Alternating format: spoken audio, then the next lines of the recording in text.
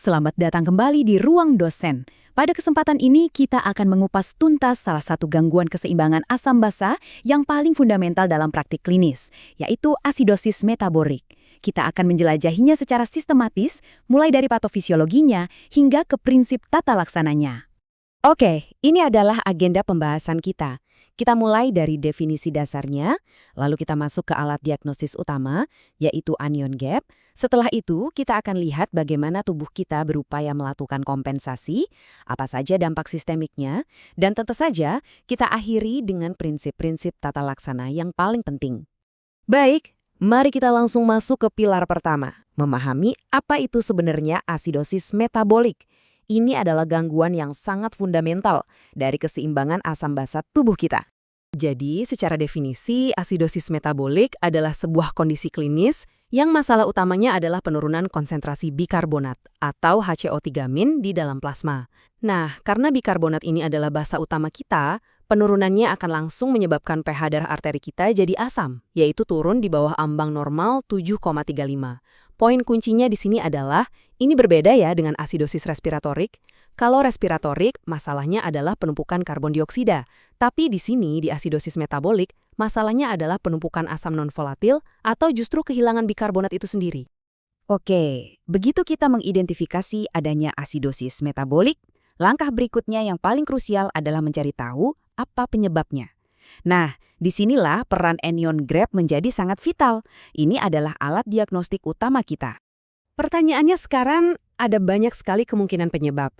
Lalu, bagaimana caranya kita bisa mengklasifikasikan semua kemungkinan ini secara sistematis dan juga logis? Jawabannya ternyata ada pada sebuah perhitungan yang sederhana tapi sangat informatif. Nah, ini dia rumusnya. Anion gap kita hitung dengan cara mengambil kadar natrium, lalu kita kurangi dengan penjumlahan kadar klorida dan bikarbonat. Sebenarnya apa sih yang diukur oleh nilai ini? Pada dasarnya anion gap ini mengukur anion yang tidak terukur secara rutin di dalam plasma. Contohnya seperti albumin, fosfat, dan sulfat. Normalnya rentangnya ada di antara 8–12. Hasil dari perhitungan inilah yang nantinya akan memandu klasifikasi kita selanjutnya. Nah, disinilah letak keindahan dari anion gap. Dia bisa membagi asidosis metabolik menjadi dua kelompok besar. Pertama, ada high anion gap metabolic acidosis atau HAGMA. Ini pada dasarnya adalah masalah penambahan. Artinya, ada asam tak terukur yang masuk ke dalam tubuh, misalnya laktat atau badan keton. Di sisi lain, ada normal anion gap metabolic acidosis atau NAGMA. Ini adalah masalah kehilangan. Artinya, tubuh kehilangan bikarbonat secara langsung. Dan untuk menjaga keseimbangan muatan listrik, tubuh akan menaikkan kadar klorida sebagai gantinya. Makanya, kondisi ini sering juga disebut sebagai asidosis hiperkloremik. Supaya lebih jelas, mari kita lihat contoh-contoh klinisnya.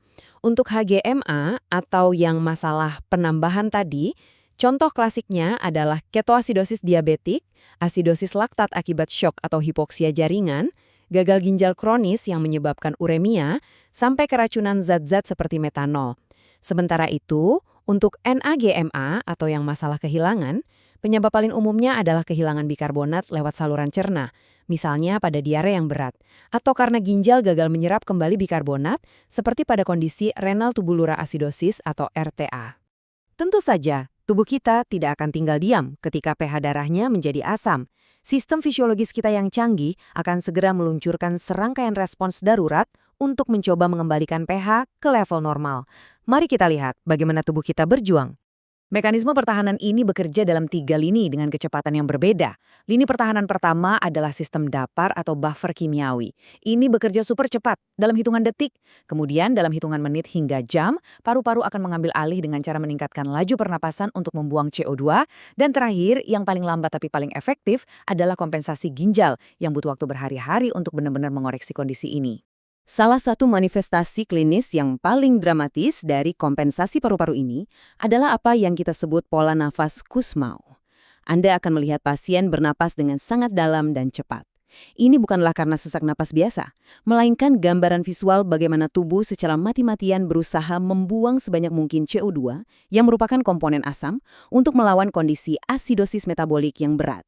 Dan hebatnya, sebagai klinisi, kita bisa memprediksi apakah respons paru-paru ini sudah adekuat atau belum. Caranya adalah dengan menggunakan rumus Winter. Cukup dengan memasukkan nilai bikarbonat pasien ke dalam rumus ini, kita bisa menghitung berapa seharusnya kadar PaCO2 jika kompensasi berjalan dengan normal.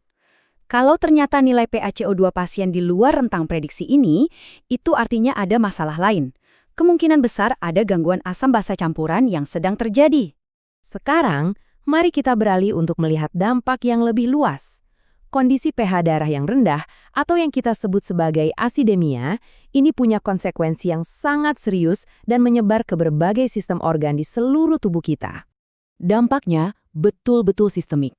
Pada jantung, asidosis akan menurunkan kekuatan kontraksi otot jantung, bisa menyebabkan hipotensi dan membuat jantung jadi kebal terhadap obat-obatan katekolamin. Di sistem saraf, pasien bisa mengalami penurunan kesadaran mulai dari letargi hingga koma. Secara metabolik, ion hidrogen akan berbondong-bondong masuk ke dalam sel dan sebagai gantinya, kalium akan keluar. Akibatnya, sering terjadi hiperkalemia yang berbahaya. Dan jika ini terjadi dalam jangka panjang, tulang kita akan ikut terkorbankan. Ia akan melepaskan kalsiumnya untuk bertindak sebagai dapar, yang pada akhirnya bisa berujung pada demineralisasi tulang. Baik, setelah kita memahami definisinya, cara mendiagnosisnya, dan juga dampaknya, kita sekarang sampai pada bagian akhir yang paling penting bagi seorang klinisi. Bagaimana cara kita menanganinya? Prinsip utamanya sebetulnya sangat sederhana, atasi akar masalahnya. Hal yang paling penting, nomor 1, adalah obati penyebab utamanya. Kalau penyebabnya ketoasidosis diabetik, ya berikan insulin. Kalau karena asidosis laktat akibat hipoksia, perbaiki oksigenasi dan perfusi jaringannya. Untuk pemberian bikarbonat sendiri, ini sebenarnya masih kontroversial. Biasanya hanya dipertimbangkan pada kondisi asidemia yang sangat berat, katakanlah jika pH sudah di bawah 7,1, karena pemberian bikarbonat juga punya efek samping. Dan pada beberapa kasus khusus, seperti gagal ginjal atau keracunan berat, dialisis menjadi pilihan terapi utamanya. Demikianlah pembahasan komprehensif kita mengenai asidosis metabolik, mulai dari mekanisme selulernya sampai ke pendekatan klinisnya. Semoga penjelasan ini bisa memberikan sebuah kerangka berpikir yang sistematis dan juga jelas bagi Anda. Jika Anda merasa pembahasan seperti ini bermanfaat dan membantu, mohon dukungannya dengan menekan tombol subscribe untuk kanal Ruang Dosen. Jangan lupa juga untuk mengaktifkan lonceng notifikasi supaya tidak ketinggalan video-video terbaru dari kami. Klik tombol suka dan bagikan video ini kepada rekan-rekan Anda agar kita bisa bersama-sama menyebarkan ilmu pengetahuan yang bermanfaat. Terima kasih.